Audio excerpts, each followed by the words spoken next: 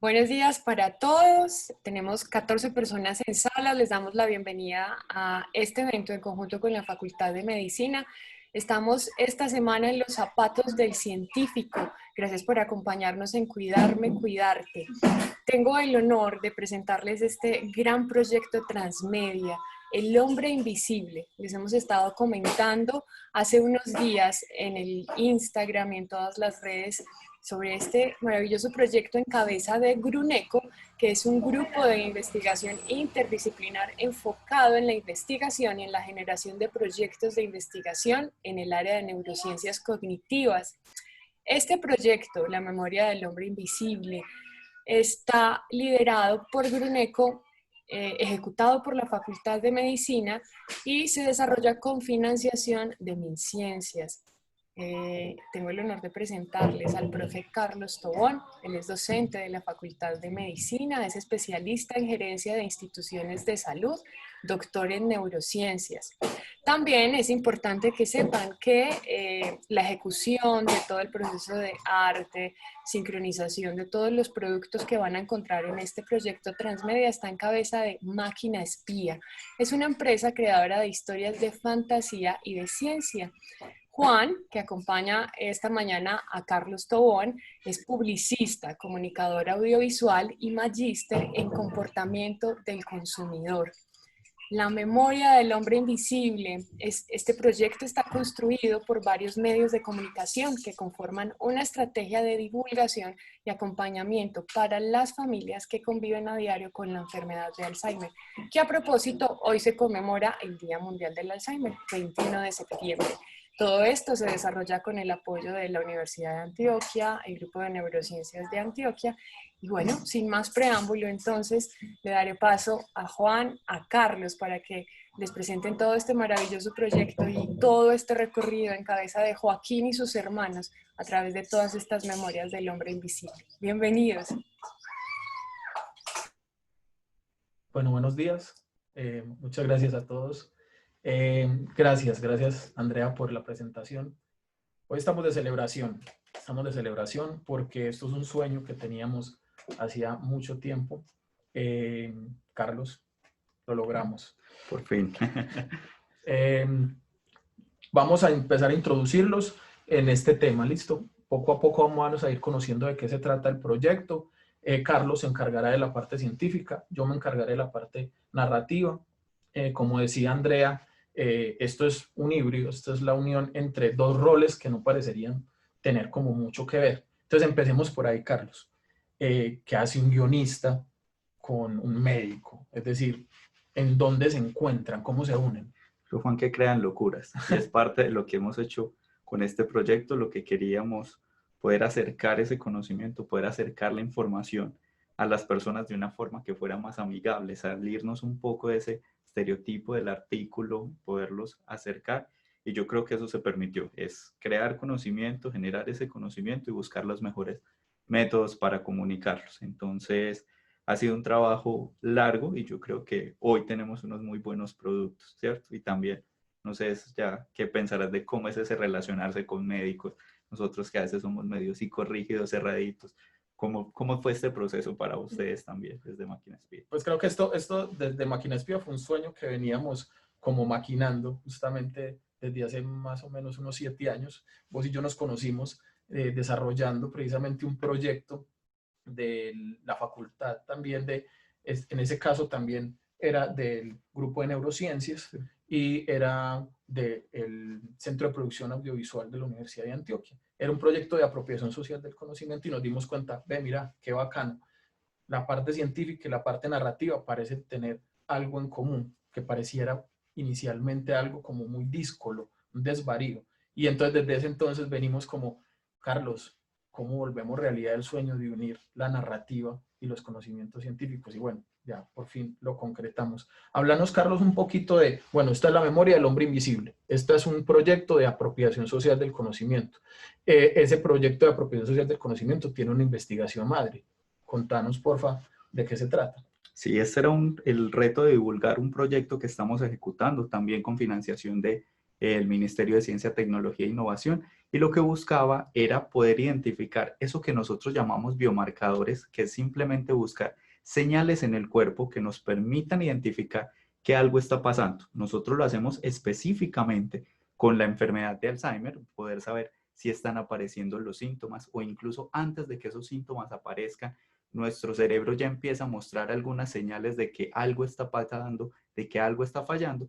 Y este proyecto busca encontrar eso a través de dos técnicas. Uno que es el electroencefalograma, que es poner unos cablecitos en el cerebro. Eso no da descargas ni nada, sino simplemente captura cómo está funcionando ese cerebro. Y el otro es a través de unas fotos que tomamos con imágenes de resonancia magnética, un aparato grande que nos permite ver cómo están esas diferentes estructuras y cómo está funcionando. Entonces, este proyecto buscaba saber cómo está funcionando el cerebro, qué empieza a pasar en los pacientes cuando empiezan los primeros síntomas o incluso antes de los primeros síntomas, para que en un futuro podamos tener esas ayudas para iniciar tratamientos más temprano, que es lo que queremos, poder atacar esta enfermedad desde fases muy tempranas y que no pueda tener los efectos que tiene. Entonces, ese proyecto madre, teníamos un problema y era cómo poder transmitir la información, cómo podemos explicarle a los pacientes que participaron, a sus familias, cómo poderles explicar esto. Y yo creo que ahí es donde este proyecto conectó y con la experiencia que teníamos con Máquina Espía pudimos engancharlo.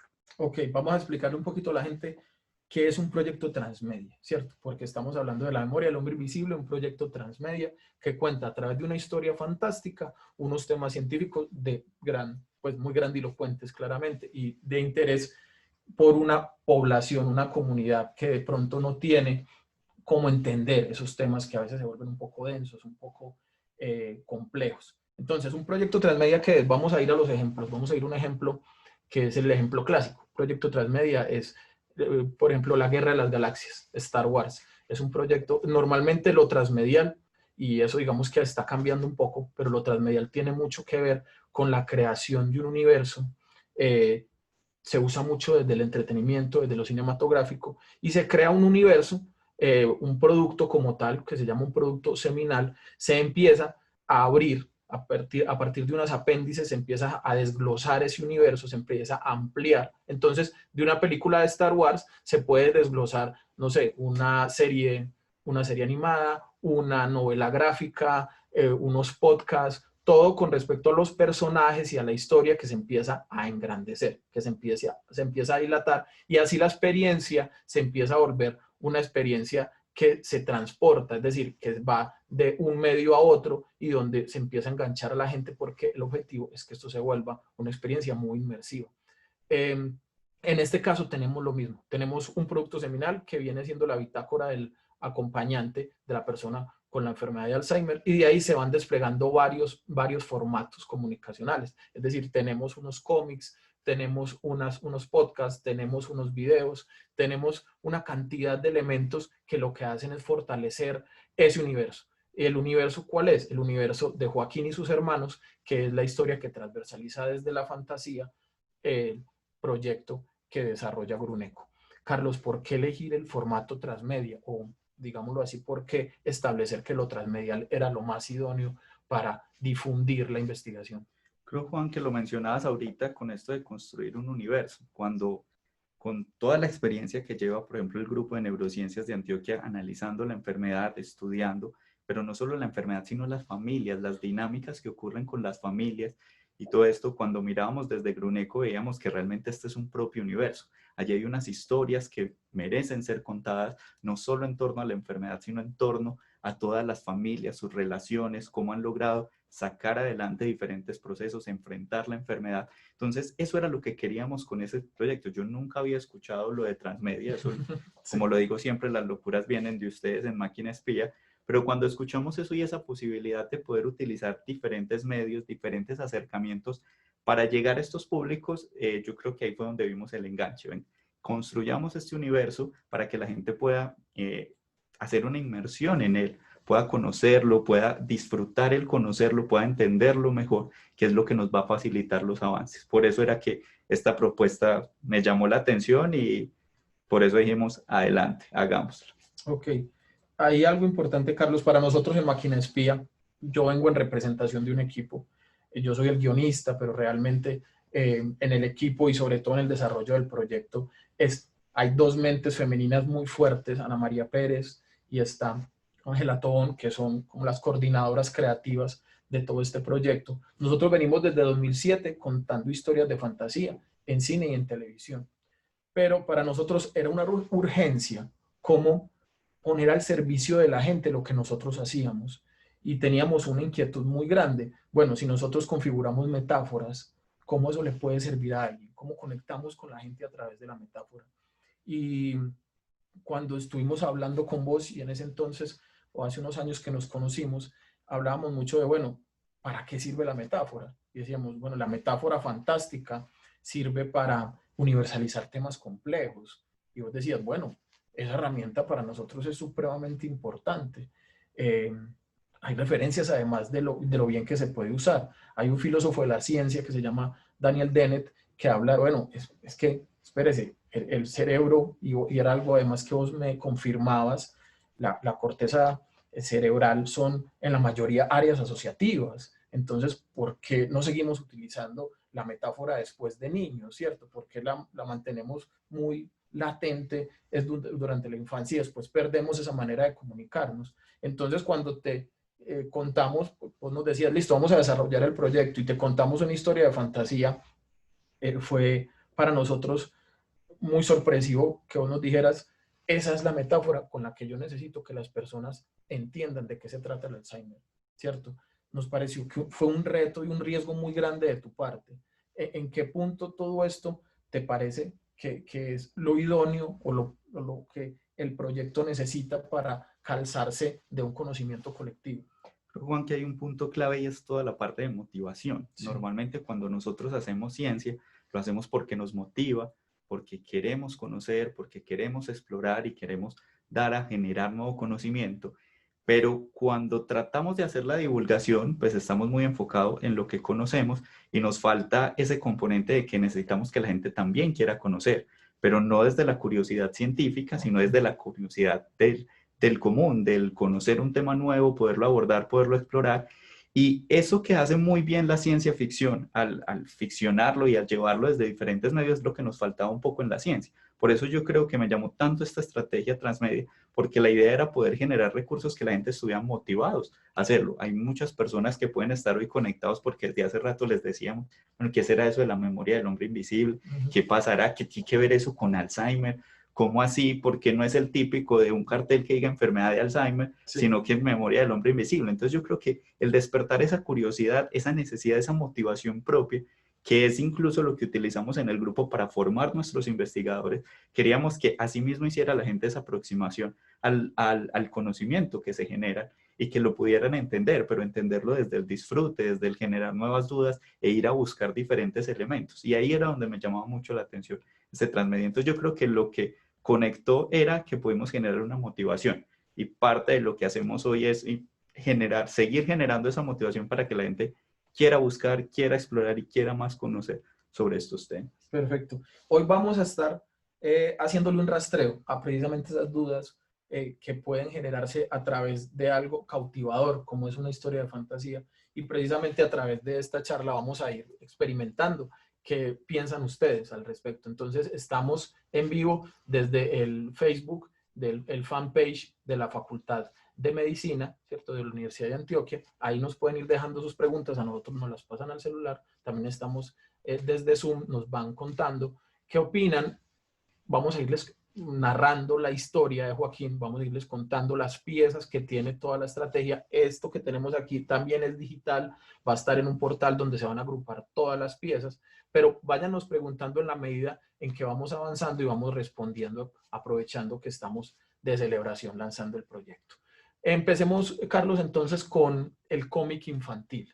Tenemos un cómic infantil que habla de Joaquín cuando está niño, de Joaquín y sus hermanos, de Carmen y Braulio. Joaquín es el mayor, en el cómic infantil tiene 11 años, Braulio tiene 8 y Carmen tiene 6.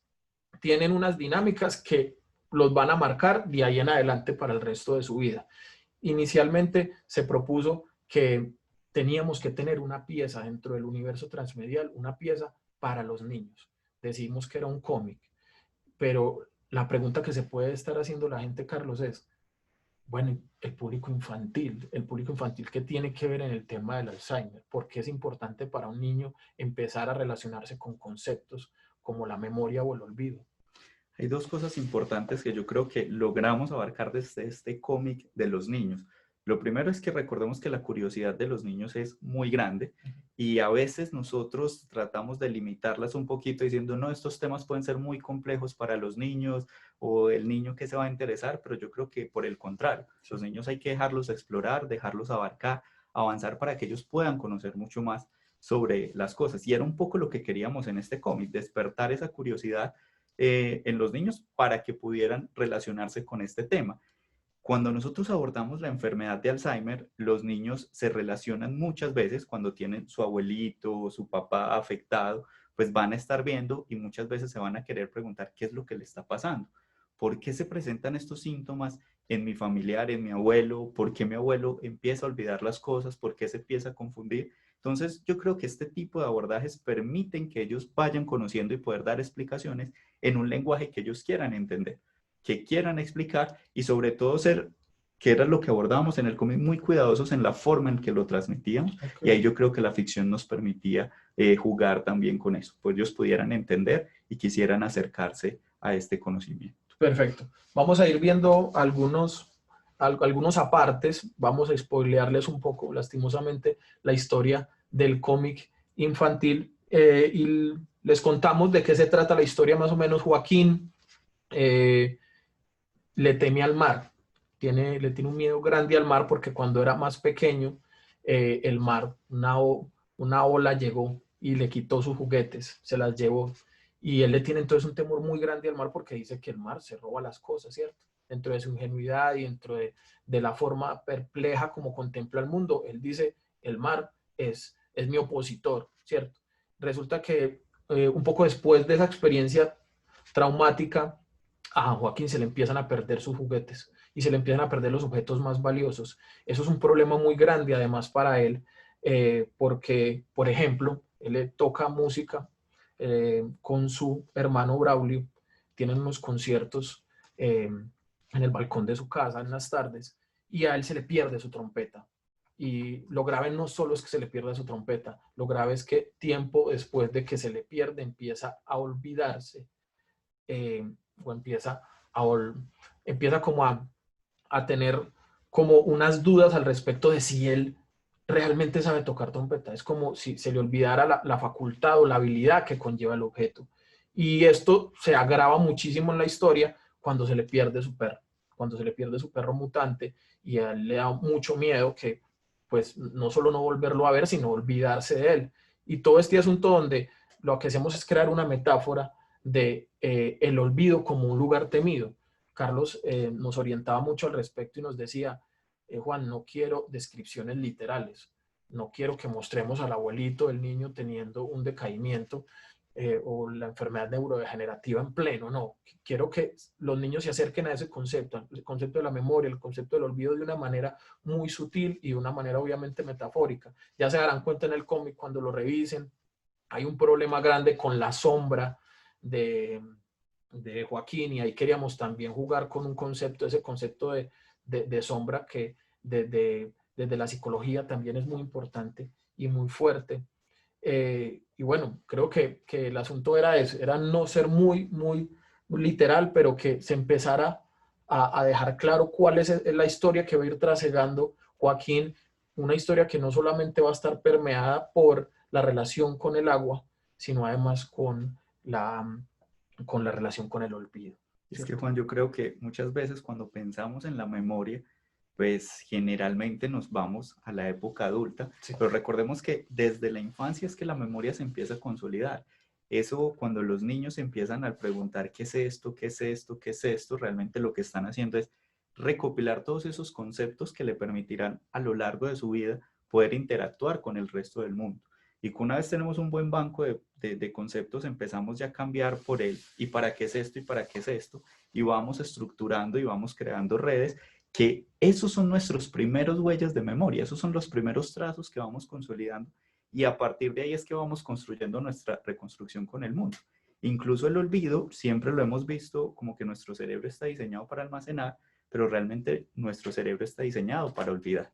Entonces, el entender cómo cada una de las fases de nuestra vida, la memoria juega un papel importante, nos va a poder permitir entender mejor porque a veces se presentan olvidos sin llegar a ser patológicos y estas características. Yo creo que con este cómic, con toda la metáfora que construimos frente a los objetos, el olvidar y demás, empezamos a acercar a los niños sobre eso de qué es la memoria y cómo lo pueden entender, que era el objetivo central de este cómic.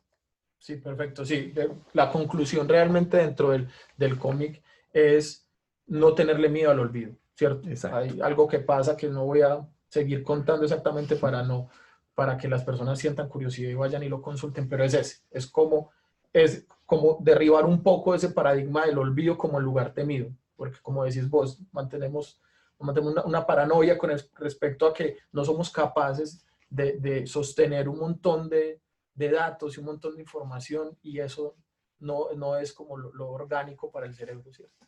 Bueno, pasemos a otra pieza, el cómic de adultos, que además decidimos que eran 2 cómics de adultos, ¿cierto? Que eran 2 volúmenes, 2 tomos, 2 entregas. ¿Por qué un cómic para adultos? ¿Por qué te parecía que podía funcionar ese formato, ¿cierto? ¿Por qué no un video normal? ¿Por qué no un instructivo? ¿Por qué no un infográfico? Creo que aquí queríamos salir también un poco como de lo común, de lo que siempre se hace, como lo decíamos al inicio, de buscar esos públicos. Y a veces cuando pensamos en el adulto, estamos pensando en el adulto ya muy adulto, ¿cierto? Más o menos como por donde ya estamos nosotros, llegando un poquito a la vejez. Pero se nos olvida esa generación entre la adolescencia y lo que podríamos llamar el adulto joven, donde realmente este tipo de formatos todavía resultan ser muy atractivos. Hoy, aunque tenemos mucho lo audiovisual, hemos dejado un poquito también el cómic que fue tan importante en otras épocas para meterse en un mundo de ficción, para poderlo abordar. Entonces lo que queríamos era también rescatar un poco eso y que permitiera llegar a esos públicos de una forma más llamativa, ¿cierto? Salirnos un poquito del audiovisual y podernos acercar. Entonces por eso nos llamó la atención este cómic. Además porque lo que queríamos también es que se diera como una evolución y una continuidad entre esa historieta del niño y cómo va pasando los días, la vida de Joaquín y la vida de sus hermanos e ir contándolo más o menos desde los mismos lenguajes. Entonces yo creo que ese cómic nos permite ese acercamiento y ese conocimiento. Perfecto, hay una cosa importante ahí, Carlos, y definíamos que entonces, ¿qué pasa en el cómic de niños? Como estamos hablando de un proyecto transmedia donde se va ampliando el universo, resulta que Joaquín, ya en ese cómic de niños, en ese cómic de adultos, tiene parte de ese cómic de niños, sigue creciendo su relación con el olvido y con el agua, que es un elemento supremamente importante y que ahorita vamos a tocar ese tema, es un elemento simbólico transversal a todo el universo. Y resulta que ya él tiene 38 años. Y tiene 38 años, ya no tiene 11, ha crecido y empieza a mostrar pequeños, digamos, distorsiones en la realidad. Distorsiones en la realidad. Pareciera que va a empezar como a entrar como de lleno, como la neurodegeneración. Creo que muchas personas podrían tener esa duda y es, ¿cuáles son esas pistas? ¿Cuáles son como esos pequeños, como esos pequeños vestigios que hacen pensar, venga, a mí puede llegar a darme Alzheimer? Creo que es una preocupación muy común en todo tipo de poblaciones y de preguntas. Cuando hablamos que la enfermedad la enfermedad de Alzheimer, perdón, es una enfermedad de olvido, sí. Cuando los olvidos se presentan, empiezan a angustiar a las personas. Y queríamos mirar dentro del cómic también entender que es que no todo olvido puede ser patológico. Como lo decía ahorita, los olvidos pueden ser normales y hay que entender muy clave eso cuándo es que empiezan a ser. Cuando esos olvidos empiezan a ser progresivos, cuando uno ve que va avanzando, que el olvido cada vez es más frecuente, más abundante, digamos que es uno de los primeros indicadores de que puede ser algo patológico. Cuando esto empieza a afectar nuestro día a día, las cosas que nosotros hacemos en nuestro día a día, nuestra funcionalidad, cuando se empieza a ver afectada por esos olvidos, antes yo podía llevar toda mi agenda y a pesar de que no ha aumentado mucho el número de tareas, se me empiezan a olvidar reuniones, cositas para hacer y eso va aumentando, aumentando. Allí tenemos otra de las pistas, ¿cierto? Que eso puede ser progresivo. Hay personas que creen que porque desde niños han sido muy olvidadizos y muy despistados, que entonces les va a dar Alzheimer porque son muy olvidados, ¿cierto? Pero no, a veces el hecho de que yo toda la vida haya sido olvidadizo, pues no quiere decir que me va a dar más fácil enfermedad de Alzheimer ni que voy a desarrollar la enfermedad. Como decía, pueden ser normales. Preocupa más cuando yo he tenido muy buena memoria y eso representa un cambio. Cuando los olvidos aparecen como de forma espontánea, no tenía muy buena memoria y empieza a cambiar, es ahí como que empezamos a preocuparnos y son como las pistas para poder seguir y poder buscar ayuda o consulta. Sin decir que todos estos quiera decir que tenga enfermedad, ¿cierto? Pero es el momento de yo poder buscar ayuda, que me evalúen, poder buscar el acompañamiento médico para determinar qué tan importante pueden ser estos olvidos. Perfecto. Carlos, hablemos del agua. Durante toda la historia, como mencionaba ahorita, el agua es importantísima, es vital. Nosotros desde Máquina Espía, te lo proponíamos como ese paso al otro mundo, porque lo que pasa con Joaquín es que empieza a meterse dentro de su cabeza, literalmente a bucear dentro de sí mismo. Y esa ausencia de la realidad hace que cuando regresa de esa inmersión, pues ya no recuerda cosas, pierde como la pista, la continuidad de la vida como tal. Y te proponíamos el agua, te proponíamos una persona que bucea en su mente, teníamos el agua cuando estaba pequeño, ya el agua empieza a ser un recurso de delirio, porque entonces Joaquín tiene algún tipo de contacto con el agua y ahí mismo se hace esa inmersión en sí mismo. Y entonces hablamos del agua como tal y decíamos el agua como, como algo simbólico de la memoria, como algo que corre, como que fluye, que discurre, que no se puede represar. Vos nos decías, sí, me gusta ese simbolismo porque tiene una relación con la parte fisiológica de la enfermedad también. Sí, realmente yo creo que ese fue el componente que a mí más me conectó, ¿cierto? Primero porque me encanta, o sea, para mí el mejor momento del día es la ducha, me encanta el agua, verlo correr, pero además por todo lo que podríamos relacionar de lo que es no solo la fisiopatología, la memoria con el agua. Cuando nosotros hablamos, por ejemplo, de por qué se produce la enfermedad, y sé que incluso durante toda esta jornada de los eventos lo han dicho mucho sobre lo que son esas basuras proteicas que se producen en el cerebro y que se van acumulando y van generando la muerte de las neuronas. Cuando inventábamos toda esta historia del agua, yo decía, y el ver cómo el agua iba cubriendo y cómo iba llenando la casa y el cuerpo, ahí estoy adelantando muchas cosas de las historietas, pero los que exploran la página lo van a ver. Entonces era muy interesante porque es precisamente eso lo que nos está pasando en el cerebro con la enfermedad. Ese acúmulo de esas basuritas, ese ir creciendo, eso ir aumentando que va muriendo o matando las neuronas, es incluso lo que desde el proyecto tratábamos de rastrear. Ahorita cuando te hablaba de los biomarcadores, lo que queremos precisamente ver es eso, cómo se va dando ese depósito. Entonces era muy bonito cómo ver a lo largo de las diferentes historias, el agua iba mostrando ese componente, el acúmulo del agua, y lo podríamos relacionar muy bien con lo que precisamente en el proyecto rastreamos, que es el acúmulo de esas diferentes proteínas y que es la muerte de esas neuronas lo que va a desencadenar los síntomas. Entonces yo creo que hubo una conexión para mí maravillosa, incluso ya desde las charlas cuando hablo del acúmulo, lo trato de hacer la relación con el agua porque me parece que conecta muy bonito y permite entender muy bien qué es lo que pasa con la enfermedad. Y en especial eso de cuando el agua entra, cuando estas proteínas entran, llegan a este hipocampo y empiezan a remover o a eliminar parte de esos recuerdos o la posibilidad del acceso a esos recuerdos,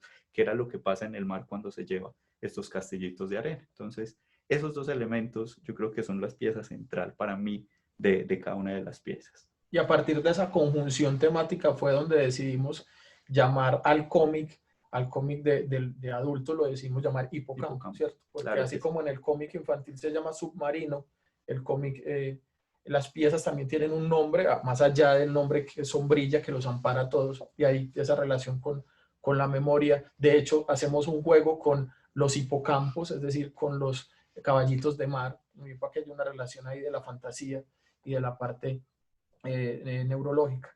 Pero entonces, hablemos de la parte pedagógica de esa pieza, de esos cómics. Hablábamos mucho de la necesidad de que en toda pieza existiera como una gran conclusión temática.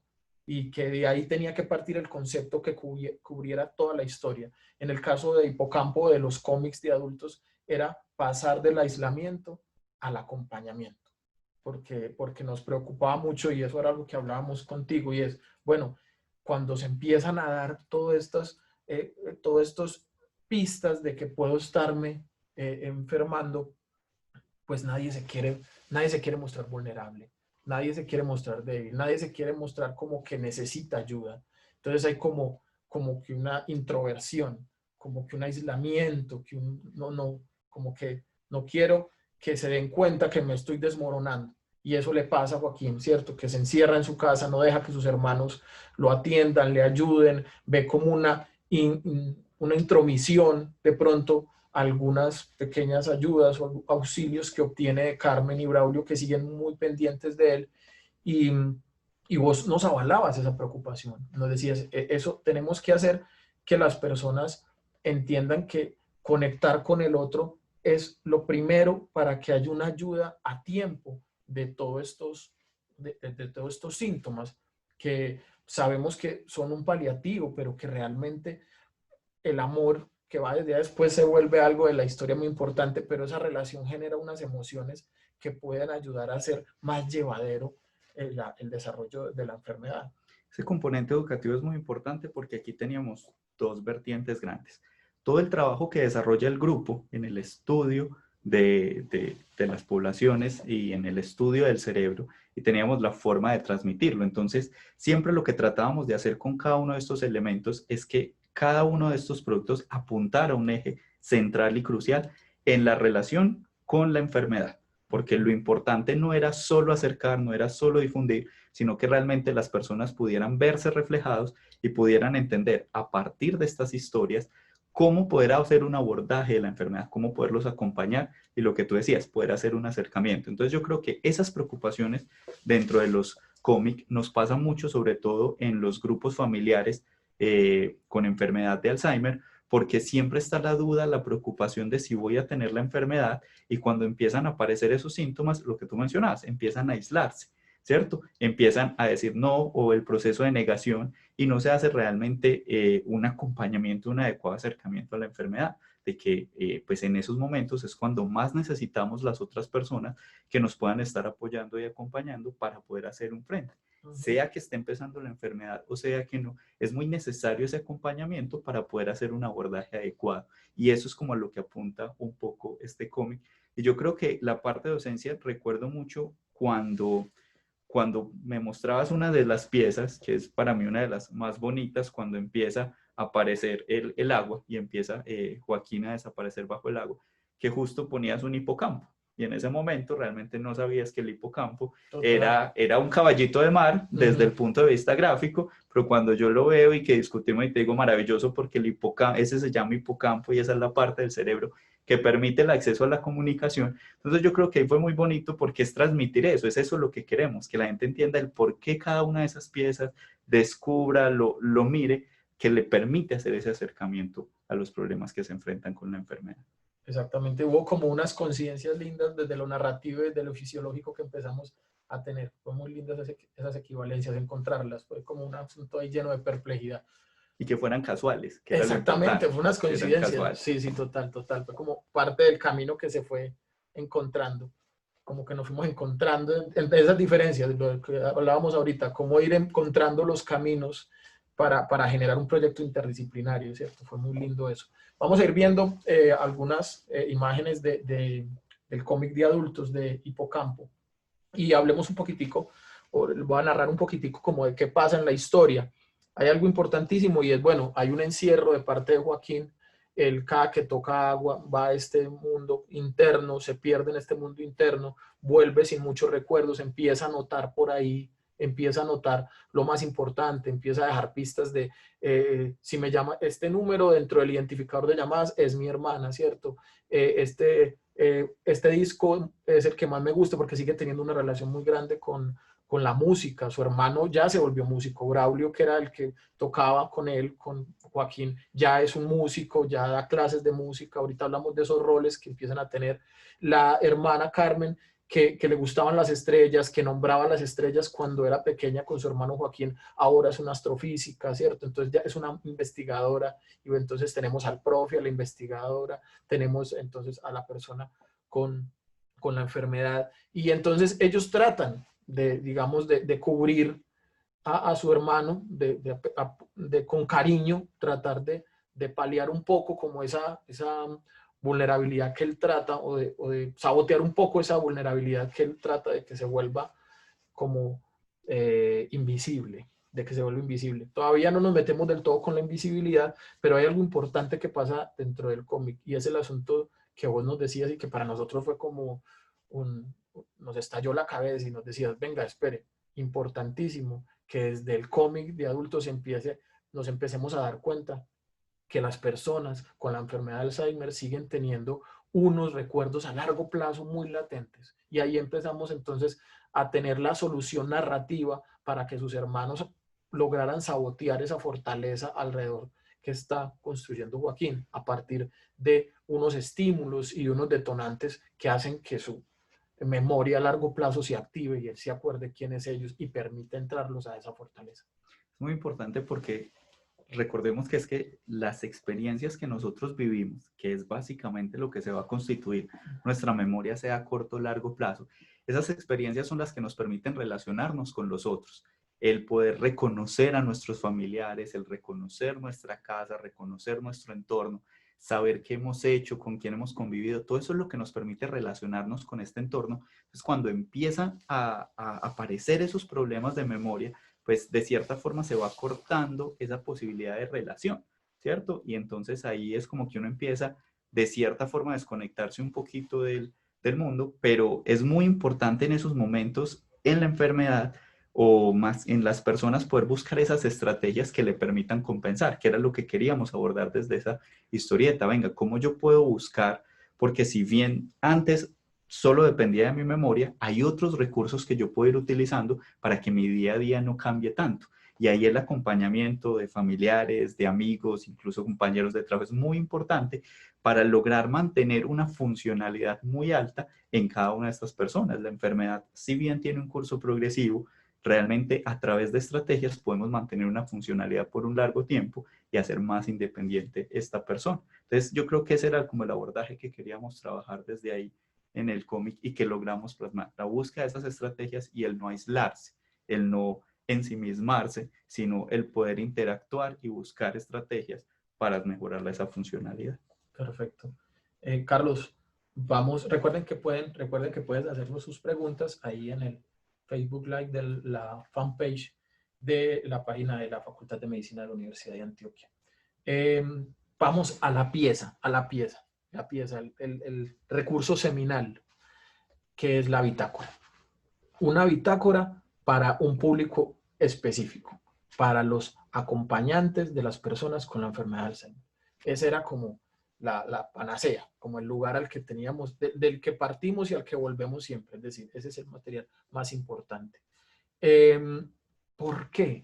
¿Por qué es tan relevante hacerle un acompañamiento cercano, valga la redundancia, al acompañante, a la persona, al apoyo que tiene esta persona, o el enfermo, la persona que tiene la enfermedad de Alzheimer? Yo creo que incluso más allá del personal médico, del personal asistencial, la persona más importante dentro de todo lo que es el proceso de tratamiento de la enfermedad de Alzheimer es el cuidador.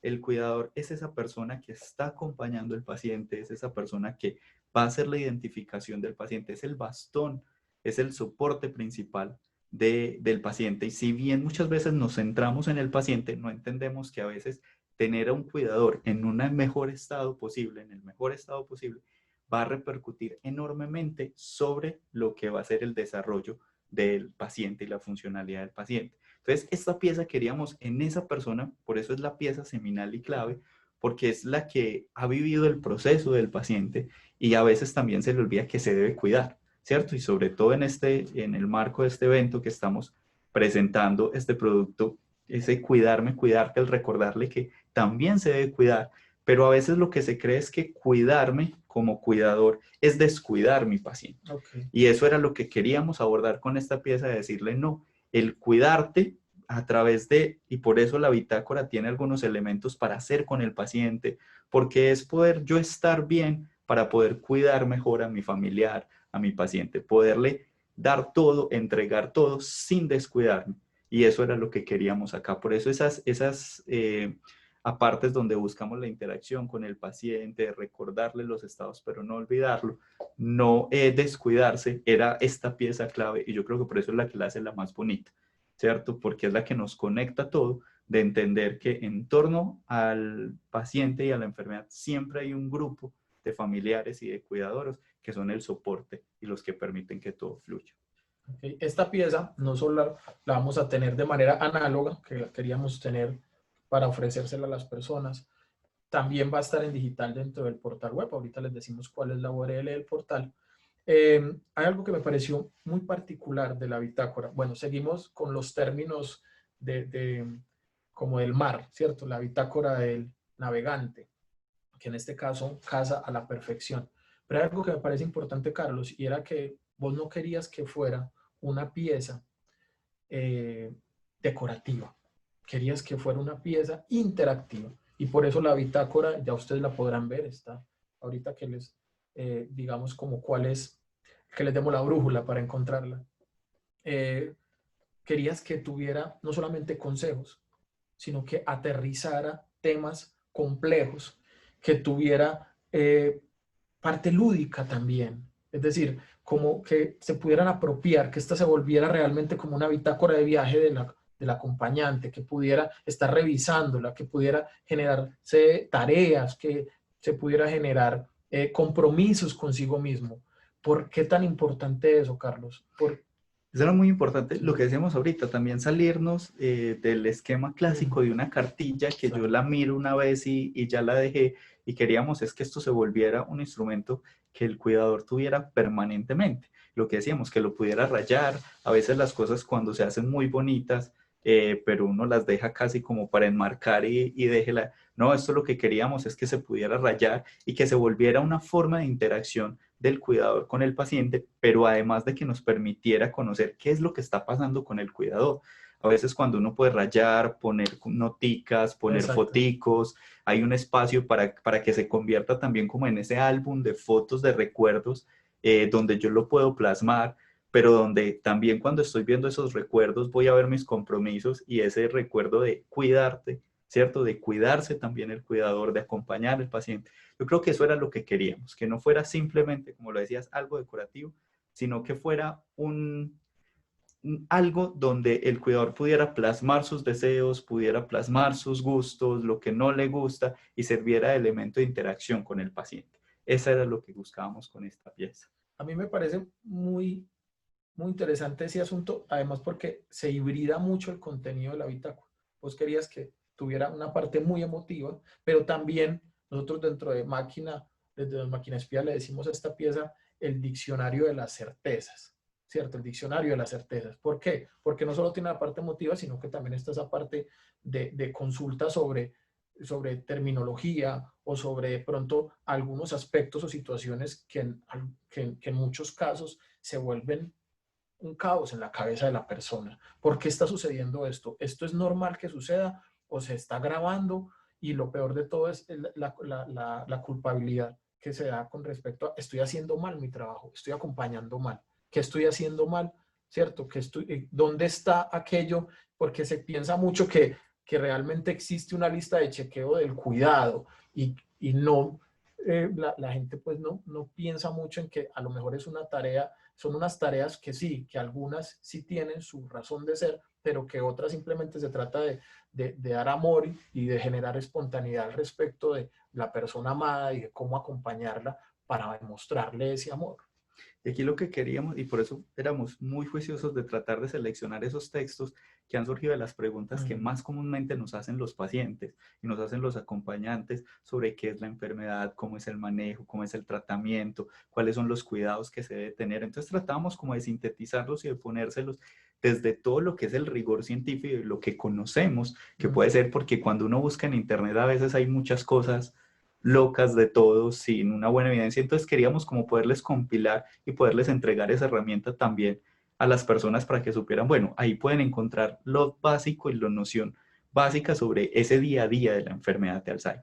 Entonces, el cómo hacerlo, los consejos, las recomendaciones, queríamos ahí, y algo mucho más bonito es que conecte con otro medio donde se puedan recolectar los mismos consejos de los cuidadores, de los familiares, porque es allí donde está el verdadero conocimiento. Desde el ámbito científico podemos hacer muchos experimentos, pero lo que nos dimos cuenta que mejor funcionaba para los cuidados del paciente eran esas recomendaciones que surgían de la misma experiencia.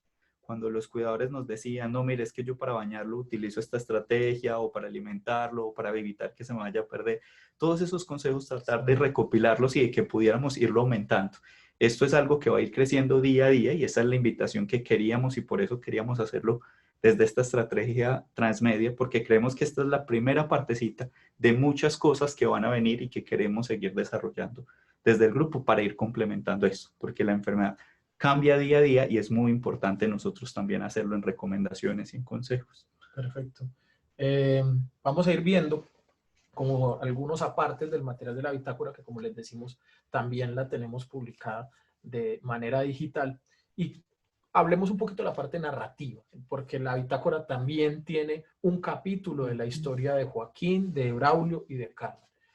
Había un concepto que trabajamos con Carlos que le parecía súper importante, y es el acompañamiento a través de la conexión emocional con quien está padeciendo la enfermedad. Era importantísimo eso.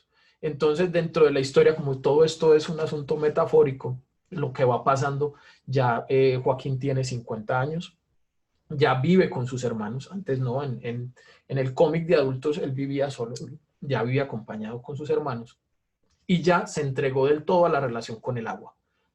Ya no es que le tenga miedo a que el agua le dispare este mundo interno acuático, no. El mundo acuático literal inunda su realidad, la inunda. Y ahí es donde entonces salen los hipocampos y todos aquellos elementos que refuerzan el concepto.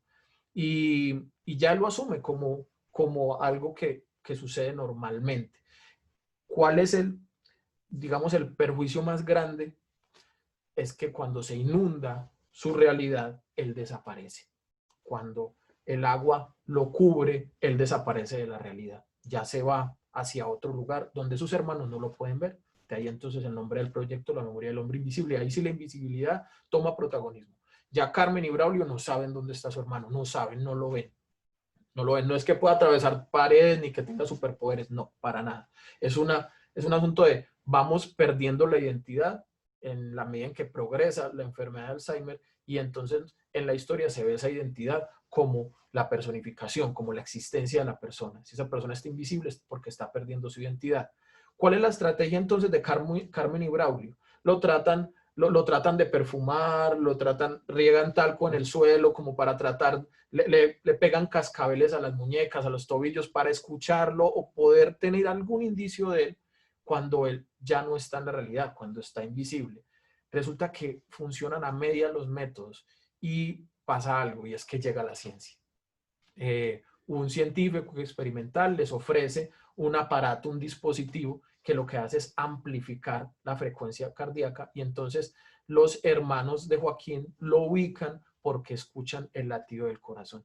Y es ahí donde entonces aterrizamos el concepto de conectar a través de las emociones con ese otro que nos necesita, de rodearlo con los sentimientos. Entonces ellos ya lo pueden ubicar, pero él cada vez bucea y se va más lejos, parece que cada vez es más inalcanzable. Sin embargo, ya lo pueden encontrar porque conectan con él desde las emociones. Siempre pensemos lo que decía ahorita, nos conectamos por nuestras experiencias con los otros. Cuando no logramos entender, cuando uno llega a una conversación y no saben de qué está hablando, pues uno probablemente ocurre eso, se aísla, se mete en su mundo, usted se queda callado, y en los pacientes ocurre esto. Allí es muy importante que sepamos que lo que está pasando es que se está perdiendo esas vías de acceso hacia la información. Cuando el hipocampo se empieza a atrofiar o empieza a dañarse esta estructura, se empieza a perder esas vías de acceso a la comunicación o a la información que nos permite relacionarnos. Pero hay una estrategia, y por eso resaltamos tanto ese componente emocional, porque la información afectiva, la información emocional, eso que nos mueve, eso que no sabemos por qué ese afecto, ese cariño puede hacer que nuevas vías surjan o puede hacer que aparezcan esas recovecos dentro de nuestra memoria que nos permita traer la información. Por eso siempre es muy importante. La música ha sido un elemento muy importante con la enfermedad de Alzheimer, porque a pesar de que podemos olvidar muchas cosas puntuales, a veces la música permanece por mucho tiempo. Y eso es porque hay un componente afectivo muy grande, muy importante. Los recuerdos con los familiares, los eventos importantes. Entonces, siempre tratar de hacer ese acercamiento desde lo afectivo, desde el cariño, desde el cuidado con el paciente, porque eso es lo que nos va a permitir poder escarbar mucho más en la memoria y poder traer recuerdos que pensamos que quizás se habían perdido, pero lo que nos faltaba era buscar como una vía alterna para poderla encontrar. Y siempre el cariño, siempre el amor, el afecto va a ser esa ruta segura para poder traer esos recuerdos. Y eso era lo que queríamos plasmar aquí. Perfecto. Carlos, nos empiezan a llegar preguntitas. La gente pregunta, nos pregunta María José. En el cómic se va a poder evidenciar el rol que cumplen las personas que acompañan a los que sufren de Alzheimer. Dice, ¿cómo podemos apoyar desde nuestro rol, sea familiar, sentimental, etcétera? Esta pregunta nace debido a que muchas personas conviven con individuos con Alzheimer y no saben cómo actuar ante ello, dígase por el desconocimiento. Creo que sí. En el cómic, pues en el cómic literalmente no se muestra cómo debe reaccionar una persona específicamente. Está transversalizado, digámoslo así, la emoción que debe movilizar a las personas. Pero no hay un derrotero, ni hay unos paso a paso. Digamos que ese derrotero se complementa en otras piezas, donde la ciencia es la que entra a primar. Lo que tratamos de llevar con alguna de las piezas es llevar una emoción, cómo transportar una emoción, ¿cierto? Pero ya la parte dura de la ciencia la damos en algunas otras piezas, ¿cierto? Y el cómic sí nos muestra un poco lo que es poder entender, ponernos de cierta forma en los zapatos del paciente en esas primeras fases, en esos estadios iniciales. Entonces es en poder entender un poco qué es lo que pasa. Si allí se dan como algunas pistas que utilizaban los hermanos para poder hacer ese acercamiento, digamos que lo más importante es entender qué es lo que está pasando para ya poder buscar estrategias. Una receta mágica todavía no hay. Yo creo que se va a demorar en aparecerla, pero sí poder entender un poco y ver lo que otras personas han hecho y cómo les ha funcionado, que es lo que se busca un poco a partir de los blogs y es cierta parte de la información que recolectamos de la bitácora, permite como generar esos acercamientos y esas posibles opciones. Exactamente, se hace es como una alegoría, por decirlo así. Y es eso, me parece súper importante eso que decís, Carlos, y es el asunto de empatizar, de generar una historia donde yo entienda cómo las personas se relacionan bajo esa situación y que yo no entre en conflicto o en un caos de desesperación, sino que encuentre ahí un lugar donde yo estoy entendiendo y me están entendiendo. Listo, tenemos otra preguntita por acá. Oscar nos pregunta, saludos y abrazos, gratitudes por la metodología y la misma pedagogía, gracias por humanizar esta etapa de la vida. Pregunta, ¿dónde o cómo se puede acceder a este trabajo? ¿Tiramos la URL de una vez? Sí, de una vez, ya, yo creo que ya hemos adelantado. Algo muy bonito que queríamos hacer, y yo creo que también a veces cuando uno piensa que todo es comercial, esto es el producto de un trabajo científico, este es el producto de una universidad pública, aquí hay una financiación incluso del Estado con todo lo que fue el Ministerio de Ciencia, Tecnología e Innovación, y la idea es que todos estos productos estén disponibles de forma gratuita. Tenemos la página web donde los van a encontrar de forma digital, va a haber diferentes canales desde la posibilidad que nos den para distribuir también los elementos físicos y las bitácoras impresas, pero la idea es que este es un producto que va a ser libre, va a estar alojado en un portal muy bonito. Yo creo que eso es otra de las cosas que también me gustó, es que se alojara dentro de esta estrategia que se llama Saludando, que es esa estrategia de divulgación de la Facultad de Medicina, pero orientada al público, orientada a la gente, hacer ese acercamiento con las personas sobre las diferentes patologías y que quedara allí alojado este producto nos parece que va a permitir acercarlo más y darlo a conocer más. Perfecto. Eva Maritza nos pregunta, ¿cada persona tiene un objeto, símbolo, signo? ¿Desde dónde se reconoce? ¿Es una investigación o es una suposición? ¿Quieres decir algo sobre eso? Sí,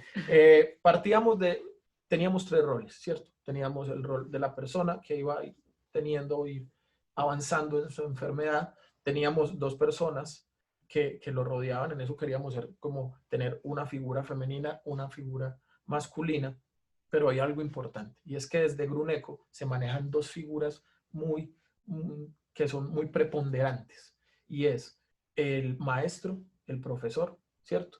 Y el investigador.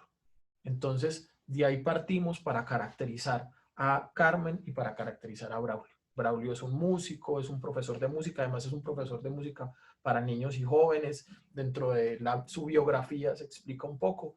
Y Carmen es una investigadora, investiga el cosmos, ¿cierto? Es una astrofísica. Ella, partimos todo, además, ya que nos mencionan si esto es una suposición, toda esta metáfora está construida, por ejemplo, en el caso de Carmen, es una astrofísica, ella le gustan las estrellas, cuando era pequeña con su hermano nombraba las estrellas con los nombres de su familia, ¿cierto? Y todo esto es una metáfora de lo que va sucediendo en el cerebro, donde nosotros llevamos las neuronas a las estrellas. Es decir, es como si esas estrellas que brillaran fueran esas neuronas que bajo el proceso sináptico siguen iluminando. Entonces todo está supremamente pensado desde lo conceptual. Ella le empieza a ayudar a su hermano a entender quién es ella a través de contarle los nombres de las estrellas, por ejemplo, ¿cierto? Dentro de la historia de la bitácora tenemos unos cuadros de unas constelaciones,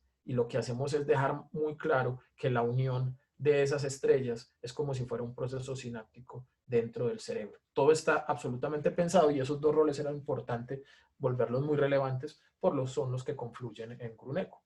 Claro, y yo creo que lo que hicimos es, desde las investigaciones que hacemos, que se han realizado en el grupo, tomamos el qué querer decir, el qué necesitábamos transmitirlo.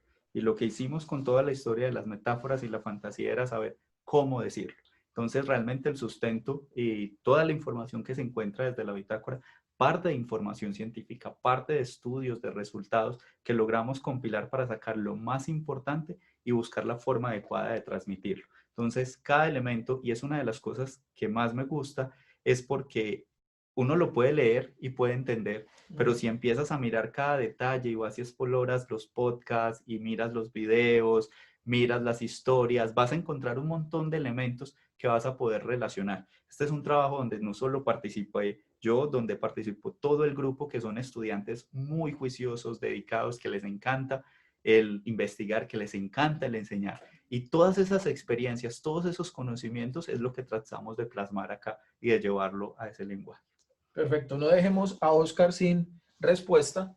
El sitio web donde pueden encontrar el proyecto es www.saludando.medicinauda.co/Alzheimer.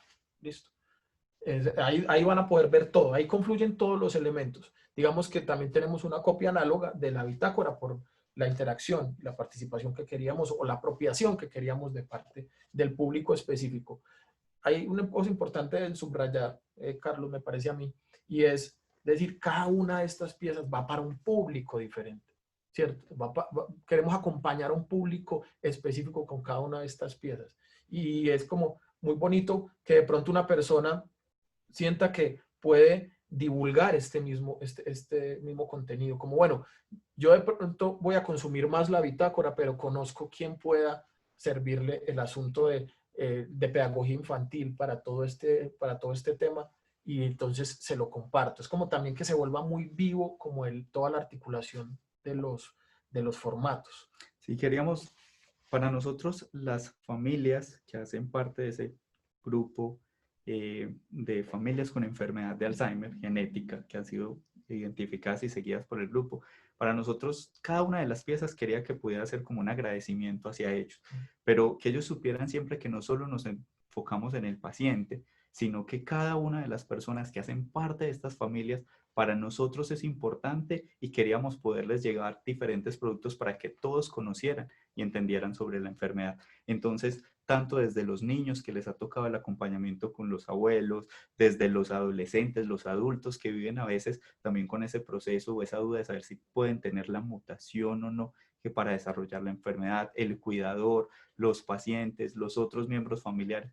Todos estos públicos fueron los que nos inspiraron para buscar esas herramientas que creamos que podían acercarse para llevarles esta información de cierta forma de gratitud por todo el esfuerzo, toda la participación y toda la colaboración que ponen con cada uno de los proyectos de investigación. Eso es lo que nos permite seguir construyendo conocimiento y poder buscar soluciones para esas diferentes condiciones que padecen ellos. Por eso es que pensamos en cada uno de esos públicos con estos productos. Carlos, dos temitas para terminar. Uno, debido a la pregunta de la persona que nos está siguiendo en el live, un tema que muchas veces nosotros traemos a colación cuando conversamos. ¿Cómo se hace en un proyecto de estos donde se está usando la fantasía, que muchas veces es relacionada como con un entretenimiento vacuo, con un entretenimiento infantil, y están llevando un tema tan difícil, tan delicado, tan complejo a ese lenguaje? ¿Cómo se hace entonces para que la forma como se da ese mensaje sea supervisado y que la metáfora no conlleve o no contenga una información reduccionista con respecto a esos datos científicos desde donde parte? Hay que ser muy responsable desde la forma como se da la información. Yo creo que aquí hubo un trabajo muy bonito desde lo que hacía Máquina Espía con lo que hacía Gruneco, porque realmente teníamos grupos de personas revisando toda la información. O sea, no era simplemente entregar una información y póngala, sino poderlo mirar, revisar, analizar. Y lo que decíamos ahorita un poco, que parta de una evidencia científica clara, que supiéramos que era una información juiciosa que estábamos dando. Nos ayudó muchísimo también el papel de los estudiantes, porque los estudiantes de cierta forma tienen esa posibilidad mágica de abstraerse de ese mundo científico y conectarse más con los diferentes públicos. Entonces yo creo que por eso el producto logró funcionar bien, porque teníamos los elementos, pero elementos trabajando todos desde su área, pero entendiendo muy bien lo que el otro quería explicar y lo que el otro quería hacer. Tanto toda la inmersión que nos tocó a nosotros con la metáfora, como lo que les tocó a Máquina Espía de entender este mundo del cerebro y en el que vos desde hace 7 años venís metiéndote y trabajando ahí. Yo creo que ese ha sido el puente que nos ha permitido sacar este tipo de productos. El último tema precisamente es, hablemos del puente. A vos te preocupa muchísimo y por eso creo que hemos conectado tanto. Te interesa muchísimo que la ciencia se siga acercando a las personas desprevenidas, ¿cierto? Que se pueda generar como un punto donde confluyen las preocupaciones de las personas con con los expertos que están investigando temas importantes que precisamente tienen injerencia en estas personas. Entonces, ¿cómo encontrar eso? ¿Cómo encontrar unos lugares donde converjan esas dudas que tienen las personas de a pie con las respuestas que tienen los expertos? ¿Cómo ayuda este proyecto a que siga avanzando ese acercamiento? A veces los científicos nos olvidamos que hacemos parte de una realidad y los problemas de la sociedad tienen que partir de esas realidades que experimentan las personas, ¿cierto? En el día a día.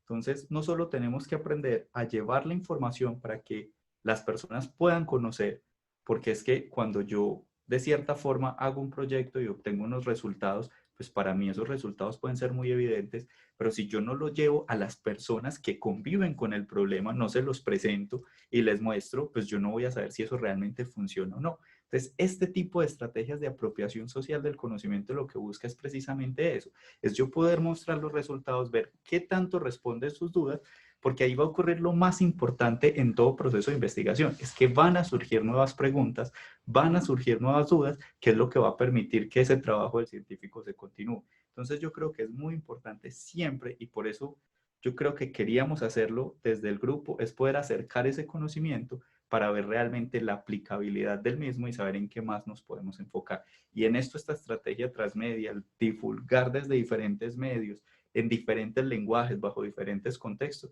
yo creo que nos permite eso, nos permite no solo mostrar, sino poder interactuar con ese público porque lo estamos llevando a ese nivel donde podemos conversar libremente, donde no es un artículo rígido, donde yo tengo que escribir a la revista para criticarlo, sino donde yo puedo a partir de aquí, esto no me gusta, no estoy de acuerdo en un podcast. Es eso, es esa interacción, esa conversación donde nos volvemos pares que estamos construyendo conocimiento. La invitación de esto es a que las personas nos ayuden a construir conocimiento desde estas herramientas.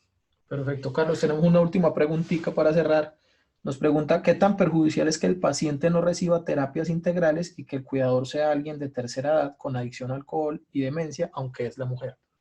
Yo creo que aquí hay que mirar varias cosas, ¿cierto? Cada caso y cada paciente va a ser un mundo diferente y hay que abordarlo específicamente. Entonces, uno tiene que analizar ahí muy bien es cuál es la calidad del cuidado que le está proveyendo esta persona, porque es que a veces cuando nosotros tenemos cuidadores que son externos, pues es agregar un elemento extraño al paciente y allí podríamos tener un problema. Siempre se busca en la medida de lo posible que sea una persona cercana al paciente, ¿cierto? No que sea que sea un grupo de personas que hagan el acompañamiento, así una esté de cierta forma como al frente de todo este proceso, pero debe tener un acompañamiento por lo que hablábamos, porque ese cuidador también necesita un descanso, un cuidado y demás. Entonces, se debe analizar cada caso, lo ideal es que sea más cercano. Si uno ve que el paciente realmente no está teniendo el cuidado adecuado, pues uno podría buscar otras estrategias para complementar ese cuidado, pero es muy difícil responder puntualmente la pregunta,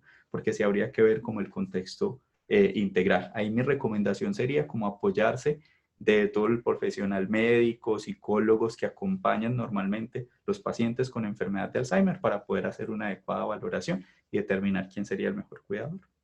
Carlos, muchas gracias por este sueño cumplido. Juan, a vos, yo creo que hoy logramos esto, llevamos un año planeando cómo hacer este lanzamiento, se nos atravesó el COVID, pero yo creo que nos mostró algo muy bonito. Y es que a pesar de que estemos aislados, los sueños siguen, las esperanzas siguen y las cosas se van materializando. Entonces, logramos superar hasta una pandemia para sacar estos productos. Esperemos que la podamos difundir, que la gente la aproveche, les guste y que vengan muchas versiones más. Muchísimas gracias de verdad, Máquina Espía, por seguirnos estas locuras siempre que salen del grupo y que siempre nos permiten materializarlas de formas muy bonitas. No, para nosotros es un inmenso placer y un privilegio enorme, enorme poder hablar de ciencia. Aprendemos además un montón de nosotros mismos, ¿cierto? Es como indagar en el ser humano a través de las historias que nos constituyen, tal cual. Muchas gracias a todos los que nos acompañaron. Recuerden www.saludando.medicinauda.co/Alzheimer. Ahí encuentran el proyecto. Vamos a estar subiendo material.